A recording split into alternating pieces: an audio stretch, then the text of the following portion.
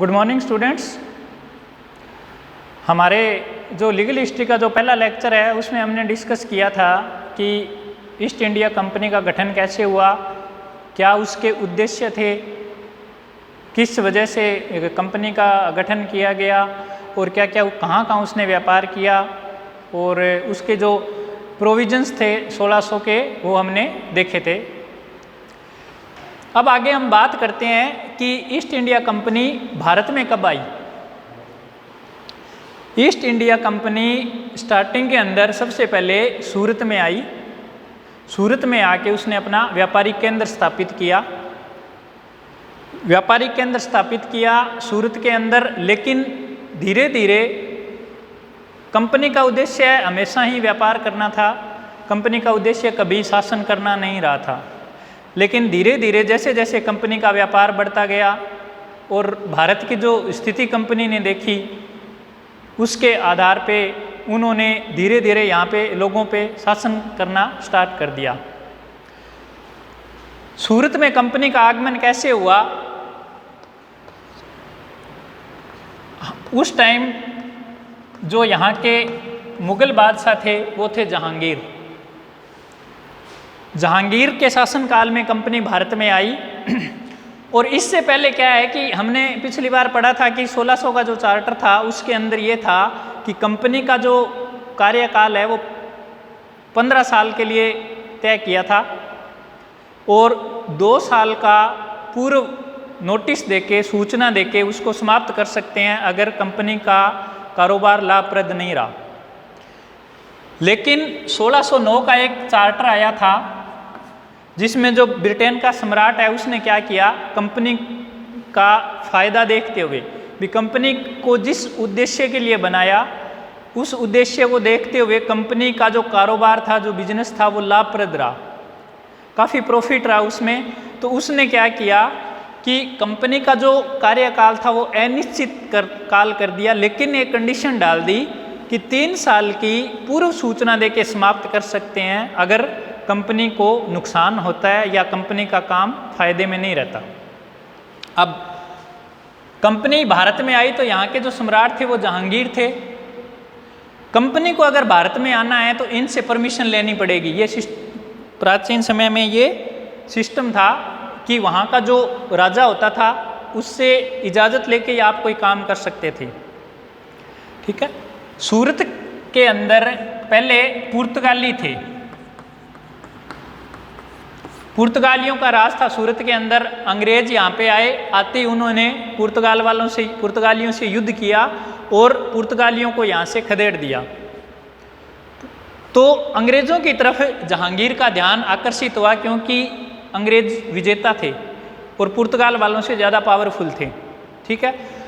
तो ये इस कारण अंग्रेज़ों की तरफ जहांगीर का ध्यान आकर्षित हुआ। अब क्या हुआ, 1612 के अंदर कंपनी सूरत में आई। सूरत को ही क्यों चुना उन्होंने? सूरत एक अंतर्राष्ट्रीय बंदरगाह था उस टाइम और देश विदेशों से यहाँ पे व्यापार होता था। यहाँ पे काफ़ी लोग व्यापार करने जाते थे, वहाँ से व्यापार करने के लिए आते थे। पुर्तगाली थे, फ्रांसीस थे, डचेस थे, सारे थे।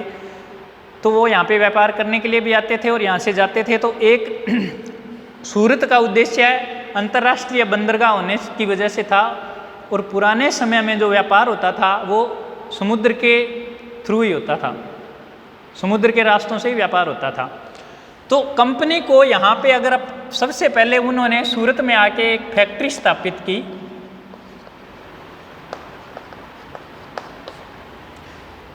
ब्रिटेन के सम्राट ने अब फैक्ट्री स्थापित तो कर ली, लेकिन ना तो अंग्रेज़ों को यहाँ के कानून का ज्ञान था और ना यहाँ का जो प्रशासन था वो कैसा चल रहा है वो ज्ञान था।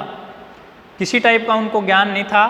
तो सबसे पहले वो जो ब्रिटेन का सम्राट है उसने 1615 में एक सर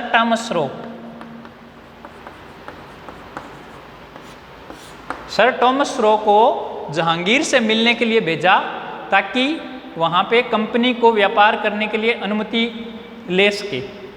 अब सर टॉमस रो 1615 में जहांगीर के दरबार में आया और जहांगीर ने इसको जो सुविधाएं दी उन्हीं को बोलते हैं मुगल फरमान। 1615 का मुगल फरमान, यानी क्यों ये मुगल थे इसलिए जो राजा ने जो फरमान जारी किया। अब इन्होंने क्या सुविधाएं मांगी? इन्होंने 2 प्रकार की सुविधाएं मांगी। नंबर 1,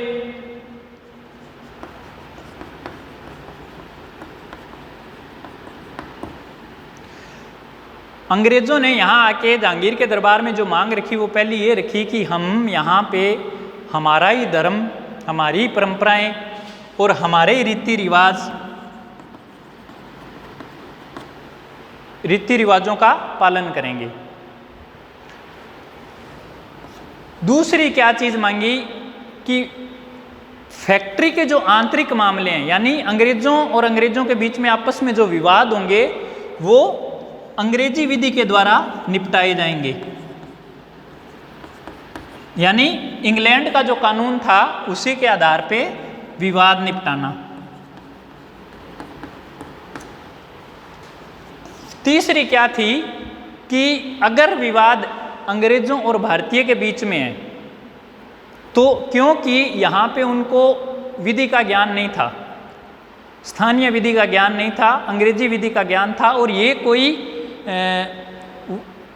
कोई विधिवेता नहीं थे, ये एक व्यापारी वर्ग था, तो कानून का इनको भी ज्ञान नहीं था।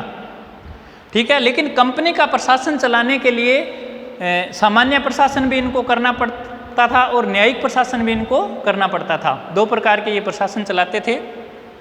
ठीक है, तो अंग्रेजी विधि का इनको ज्ञान नहीं था, तो उन्होंने जहांगीर से ये मांग कर ली कि अगर विवाद किसी भी अंग्रेज कंपनी का कर्मचारी और एक भारतीय के बीच में होगा तो वो निपटाएगा मुगल गवर्नर, लेकिन सहानुभूति की दृष्टि से, न्यायोचित तरीके से और अति शीघ्रता से। तो ये 3 चीजें इन्होंने जहांगीर के दरबार में, सर थॉमस रो ने 1615 में जहांगीर से ये परमिशन प्राप्त की, अनुमति ली थी इन 3 चीज़ों की, और जहांगीर ने ऐसी अनुमति दे दी। आप एक चीज़ देखिएगा, नोट कीजिए, और यही चीज़ें भविष्य में जाके कालांतर में अंग्रेजी शासन की नींव का कारण बनी। अगर हम कहीं भी, कोई भी व्यक्ति अगर विदेश में जाता है तो वो वहाँ की विधि से शासित होगा और वहाँ के न्यायालयों से शासित होगा, लेकिन यहाँ पे उल्टा हुआ कि अंग्रेज यहाँ पे आए और अंग्रेजों को अपनी विधि लागू करने के लिए अनुमति मिल गई। तो धीरे धीरे वो क्या है, जो उनका जो मेन उद्देश्य था वो छोड़ के और वापस शासन की तरफ ध्यान उनका आकर्षित होने लगा। धीरे धीरे उन्होंने यहाँ पे रूलिंग स्टार्ट कर दी। ठीक है, ये 1615 का जो मुगल फरमान है वो है। अब कंपनी इंडिया के अंदर आई तो कंपनी में 4 प्रकार के कर्मचारी थे। कंपनी का नाम आपको पता ही है, पहले बताया था मैंने, ईस्ट इंडिया कंपनी का नाम the governor and the company of merchants of London trading into the east Indies, ये पूरा कंपनी का नाम है। एक थे राइटर्स, दूसरे थे फैक्टर्स, तीसरे थे वरिष्ठ फैक्टर या सीनियर फैक्टर कह सकते हैं इनको, और चौथे थे मर्चेंट्स। कंपनी के ये जो कर्मचारी थे, राइटर्स, फैक्टर, वरिष्ठ फैक्टर्स, मर्चेंट्स, सबसे जो कंपनी जो चलाते थे वो मर्चेंट्स थे। अब राइटर्स कौन थे? जिन व्यक्तियों को बिजनेस का 5 साल से कम का अनुभव था वो राइटर्स कहलाते थे। होते अंग्रेज कर्मचारी थे, वो राइटर्स कहलाते थे, और इनको 10 पाउंड वेतन मिलता था। 10 पाउंड उस टाइम एक उनकी मुद्रा होती थी अंग्रेजों की। फैक्टर क्या है? राइटर्स ने 5 साल कंप्लीट कर लिए तो वो फैक्टर्स में परिवर्तित हो जाता था, और इसको पाउंड भी बढ़ जाते थे, 20 पाउंड। वरिष्ठ फैक्टर, सीनियर फैक्टर, ये 3 साल के बाद में सीनियर फैक्टर में पदोन्नत हो जाते थे और इनको मिलता था 30 पाउंड। और सीनियर जो फैक्टर है वो 3 साल के बाद में मर्चेंट्स बन जाते थे और इनको मिलता था 40 पाउंड। तो ये 4 प्रकार के कर्मचारी थे, राइटर, फैक्टर, वरिष्ठ फैक्टर और मर्चेंट्स। इनको 10 पाउंड, 20 पाउंड, 30 पाउंड, कंपनी का जो जितना भी प्रशासन है वो ये करते थे मर्चेंट्स। ठीक है। अब इसमें क्या हुआ, अब मर्चेंट्स में से एक गवर्नर प्लस इसकी परिषद में वो कितने भी सदस्य ले सकता था।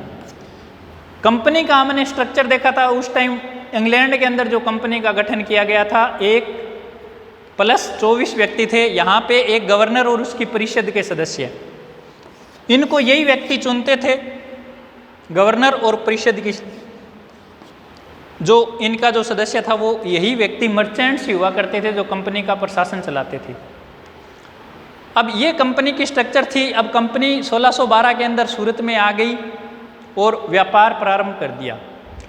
व्यापार प्रारंभ कर दिया तो एक ये चार्ट है सूरत का, क्या सिस्टम था, किस किस हिसाब से उनका प्रशासन चलता था। सूरत के अंदर कंपनी ने सबसे फर्स्ट अपना व्यापारिक केंद्र स्थापित किया और 1615 का जो फरमान था उसके आधार पे 2 प्रकार के यहाँ पे प्रशासन चलने लग गए। एक कंपनी का खुद का एडमिनिस्ट्रेशन, दूसरा स्थानीय मुगल प्रशासन, यानी मुगलों का जो भी उनका प्रशासन था वो चलता था। 1612 में कंपनी की स्थापना हो गई। उन्होंने स्वायत्त शासन, ऑटोनोमस एडमिनिस्ट्रेशन, कंपनी ने अपना खुद का शासन स्टार्ट कर दिया, यानी 2 प्रकार के शासन चलने लग गए। एक कंपनी के कर्मचारियों के लिए और दूसरा वहाँ की जो स्थानीय जनता है, स्थानीय लोग हैं उनके लिए। कंपनी के कर्मचारियों में स्वायत्त शासन ये कौन करता था, सह परिषद, राज्यपाल, गवर्नर एंड काउंसिल। एक गवर्नर प्लस उसकी काउंसिल के सदस्य, 2 प्रकार का ये प्रशासन चलाते थे, सामान्य प्रशासन, न्यायिक प्रशासन। न्यायिक प्रशासन में 2 प्रकार के वो मामले निपटाते थे, एक दीवानी, एक अपराधी। ये सिर्फ और सिर्फ कंपनी कर्मचारियों के लिए।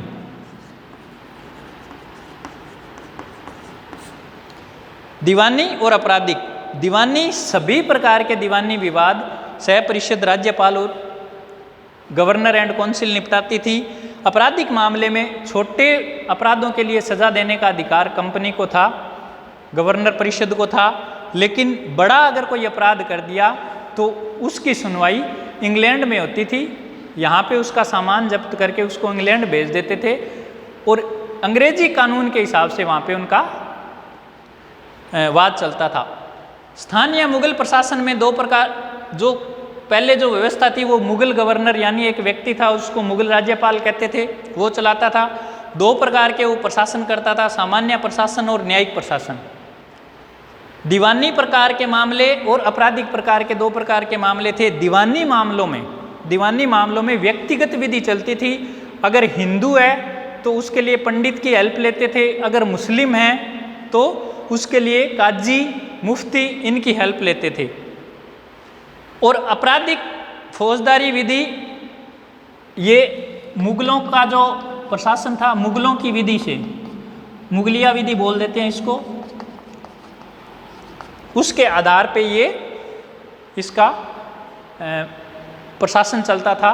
तो एक तरह से हम ये कह सकते हैं कि सूरत की जो न्याय व्यवस्था थी वहाँ पे 2 प्रकार का सिस्टम था, एक कंपनी के कर्मचारियों के लिए और दूसरा स्थानीय नेटिव पीपल्स, स्थानीय लोगों के लिए 2 प्रकार के प्रशासन थे। और स्थानीय लोगों के लिए हेल्प के लिए काजी, मुफ्ती, मौलवी, पंडित ये हुआ करते थे। फौजदार इनके आधार पे वो चलाते थे। अंग्रेज़ों के यहाँ की विधि का ज्ञान नहीं था, इसलिए अगर मामला अंग्रेज़ों के बीच का है तो इंग्लिश विधि से निपटाते थे, और अगर मामला अंग्रेज़ और भारतीयों के बीच में है तो वो मुगल गवर्नर सहानुभूति से और शीघ्रता से निपटाता था। तो इसके आधार पे हम देखते हैं तो प्रारंभ में सूरत की जो न्याय व्यवस्था थी वो ज़्यादा अच्छी नहीं थी। कोई निश्चित कानून नहीं था, अपराध और दंड में कोई तर्क साम्य संबंध नहीं था, भेदभाव होता था और कोई निश्चित प्रक्रिया भी नहीं थी। तो धीरे धीरे सूरत 1687 तक सूरत का महत्व है। उसके बाद में 1687 में ये सूरत प्रेसिडेंसी बोलते थे इसको बॉम्बे स्थानांतरित कर दिया गया। तो इस प्रकार ये सूरत का 1612 से लेकर 1687 का जो चार्ट है, जो प्रशासन है कंपनी का भारत में आगमन और उसका प्रशासन। आगे हम नेक्स्ट जो हमारा लेक्चर है उसमें हम administration of justice in Bombay, Madras, Calcutta, तो पहले हम मद्रास करेंगे। Thank you.